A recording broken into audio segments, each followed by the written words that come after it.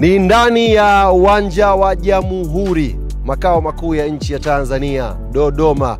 Kikosi cha Young Africans nyuma hapo unakiona kikifanya maandalizi yake ya mwisho kabisa kuelekea mchezo wa siku ya kesho, panapojaliwa Mwenyezi Mungu, utakaopigwa hapa dhidi ya Coastal Union. Mchezo huu Coast ni mwenyeji, lakini kwa sababu uwanja wa Mkwakwani kule Tanga umefungiwa, wameleta shughuli hapa Dodoma. Bahati mbaya kwa Coastal Union, hapa Dodoma ni makao makuu pia ya Young African Sports Club. Sisi tuna wananchi kote, tumejaa kila eneo. Kwa hiyo kesho naamini Coastal Union watawakuta wananchi wakiwa wamejaa hapa wakiwasubiri.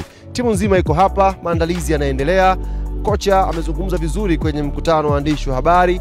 Muda kidogo umebana kuelekea kwenye mchezo huu, hivyo maandalizi hayakuwa mengi sana. Timu asili asubuhi ya leo, na leo tunafanya mazoezi ya mwisho kujiweka sawa kwa ajili ya mchezo wa siku ya kesho. Nikwambie mshabiki, mwanachama na mpenzi wa klabu yetu Young Africans, jambo la msingi ambalo unatakiwa ulifanye ni kuendelea kuiombea dua timu yako. Na wewe ambaye uko hapa Dodoma, uko mikoa ya jirani, wewe ambaye unatoka Dar es Salaam,